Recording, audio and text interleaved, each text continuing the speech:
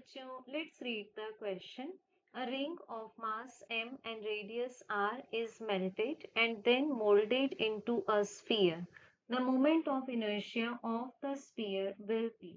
So बच्चों question में given है हमें दो ऑब्जेक्ट्स, एक है रिंग जिसका मास है m और रेडियस है r और इसको मोल्ड किया जाता है एक स्फीयर में। अब स्फीयर का भी मास जो है वो सेम रहेगा बट रेडियस को हम मान लेंगे आर एस।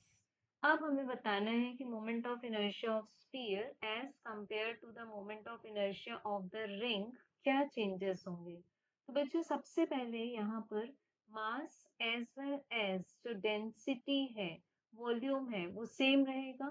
सो हम ले सकते हैं moment of inertia of the sphere divided by moment of inertia of the ring. अब moment of inertia of the solid sphere आता है 2/5 mrs square divided by moment of inertia of the ring about a transverse axis passing through its centre लेते हैं हम mr square. तो यहाँ से m cancel हो जाएगा।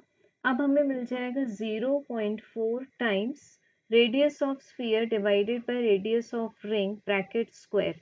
अब बच्चों जब यहाँ पर हम हीटिंग करके मोल्ड करेंगे तो डेफिनेटली हमें जो रेडियस ऑफ स्फीयर मिलेगी वो लेस देन मिल जाएगी radius of the ring. It means the moment of inertia of the sphere will be much less than the moment of inertia of the ring. And वैसे भी यहाँ पर ये 0.4 factor हमें क्या बताता है कि I S will be less than I R. So correct answer will be option B. Thank you.